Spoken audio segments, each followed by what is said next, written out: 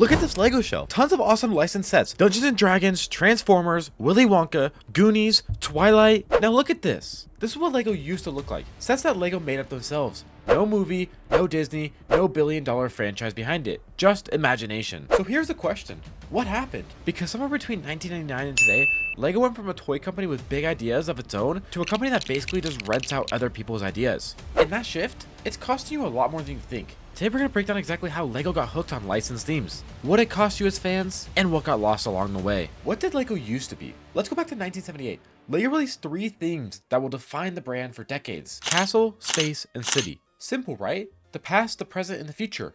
These weren't based on movies. They weren't tied to a TV show. Lego invented the worlds, the characters, all of it. By 1989, they added pirates, and it was a massive hit. Huge sailing ships, soldiers, treasure. Kids could build anything they imagined because there was no right way, no plot to follow, no canon to respect. Through the 80s and 90s, Lego kept creating AquaZone, Adventures, Wild West. They had 3 to 4 completely original themes running each year. These weren't just sets, they were worlds. And the key thing about these worlds, you own them. Lego didn't own them, an IP didn't own them, they were yours. But something was about to change. Here's what people usually don't talk about Lego. Back in the 90s, they were in serious trouble. Sales were falling. They had too much products and not enough hits. The company was close to going under. They needed a win. And in 1999, they found one. In 1999, Lego signed a deal with Lucasfilm. And the first wave of Star Wars sets flew off the shelf. Kids lost their minds. Parents bought them. It was a massive success. And so Lego did what any other business would do. They chased that success. Harry Potter joined in 2001, then Batman, then Indiana Jones, then Marvel, then DC, shortly following Minecraft, Jurassic World,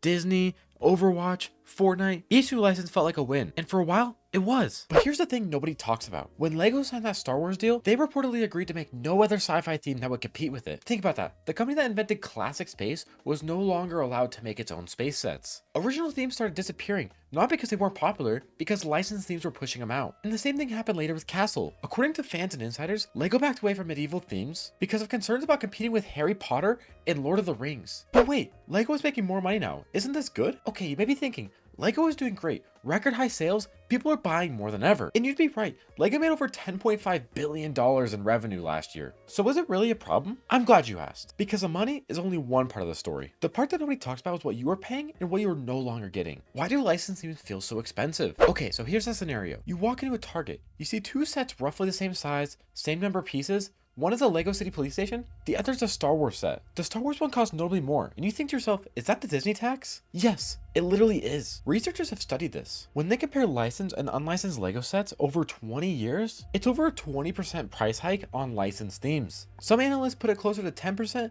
but across the board, you're paying more for licensed themes. Why? Because Lego has to pay more licensing fees to use those characters, ships, etc. Star Wars means paying Disney, Harry Potter means paying Warner Brothers, Marvel means paying Disney again. These deals cost Lego hundreds of million dollars every year. In 2021, Lego estimates they put $500 million towards licensed themes. Lego does not just absorb that cost, they'll pass it straight to you. Here's a real comparison that will frustrate you. In 2024, Lego released a battle pack that had 215 pieces, 4 clones, 3 super battle droids, and 2 battle droids for $30. In 2025, just a year later, Lego released the 327 Star Wars Battle Pack. This had 4 clones and 3 super battle droids, and it cost an extra $15. It's not just Star Wars, Marvel is just as guilty. Some recent Marvel sets are coming around 375 pieces for $50. That's a tiny set for a big price tag. And there's no creative mystery here. It's a set based on an existing movie, with characters whose poses and roles were already decided for you. This brings us to the part that really matters. When Lego was making Castle, Space, and Pirates, the sets came with potential. The minifigures could be heroes or villains, the spaceships could be good guys or bad guys. You decide. There was no wrong way to play. But when you buy a Star Wars Millennium Falcon or a Harry Potter Hogwarts Castle, the story is already written. Han Solo is Han Solo, Harry Potter is Harry Potter. You're not building a world, you're recreating one. Fans on Lego forums have been saying this for years. One longtime fan put it perfectly. Back in the 90s, you'd buy a set, build it, pull it apart, and build something completely different. It might not even relate to the original theme at all. The set was just a collection of parts. Today, many sets are almost designed to stay built because they're display pieces based on scenes from movies. But hold on, Lego still has its original themes, right? Sure,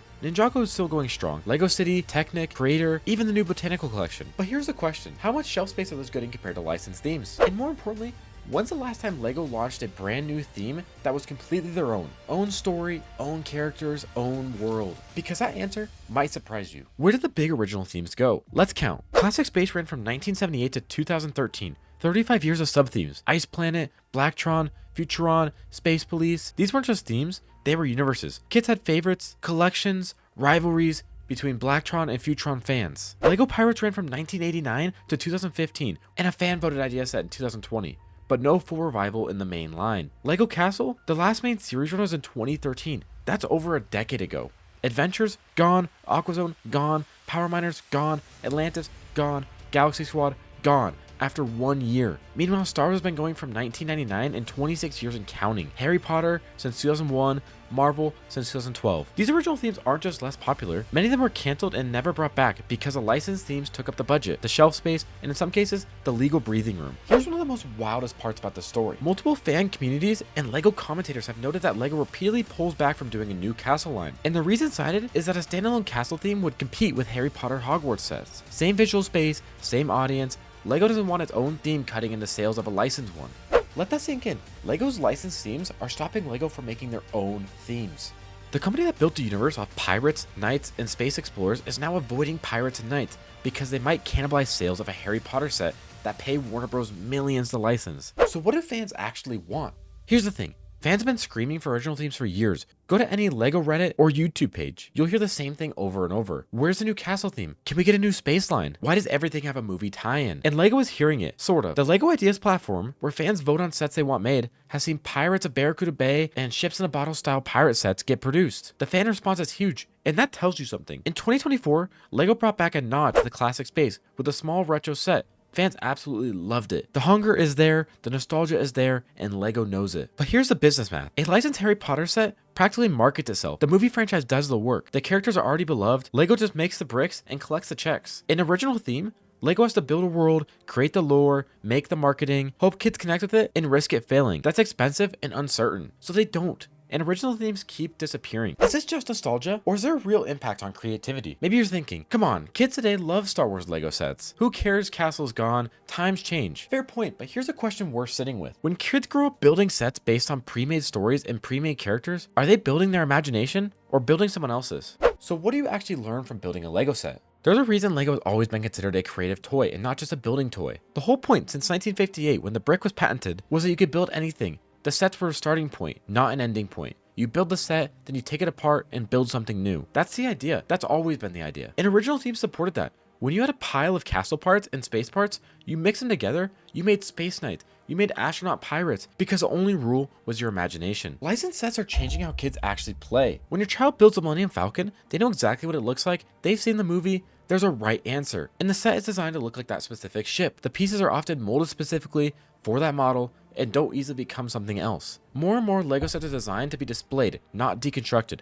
Big, beautiful, scene accurate builds that go on a shelf and stay there. That's great for collectors, but it's not the same kind of creative play that made LEGO famous. Here's the creative cost in plain terms. Original themes gave kids a blank canvas with suggested painting. Here's the colors, here's the brush, you decide the art. LEGO even created the brand new Smart Brick. The reason for the brick? To take imagination away from kids. When I was a kid, I would make my ship sound however I wanted. I would make noises with my mouth and use my imagination. But now LEGO's created this brick to just take that all away from kids. The Smart Brick makes cheap, not accurate sounding noises that just take away all imaginative play from a little kid. This isn't a small change for LEGO, it's actively changing the toy. Here's the thing, LEGO hasn't fully given up on original ideas, and there are real signs that fans pushing back is making a real difference. LEGO didn't become a licensed theme machine overnight. It started with one Star Wars deal in 1999, snowballed into hundreds of licensed themes, and now shapes almost everything about what LEGO decides to make, what themes get shelf space, and what gets cancelled. And yes, what you pay. Licensed sets cost roughly 20% more than what the original ones do. LEGO reportedly spent $500 million on licensing fees. Original themes like Castle, Space, and Pirates haven't made a comeback, partially because licensed sets replaced them and partially blocked them legally. And creatively, we move from toys where you create your own world to toys that you recreate someone else's. Now, what do you think? Is this just the way things are now? Or do you want LEGO to bring back some of the original themes? Drop a comment down below.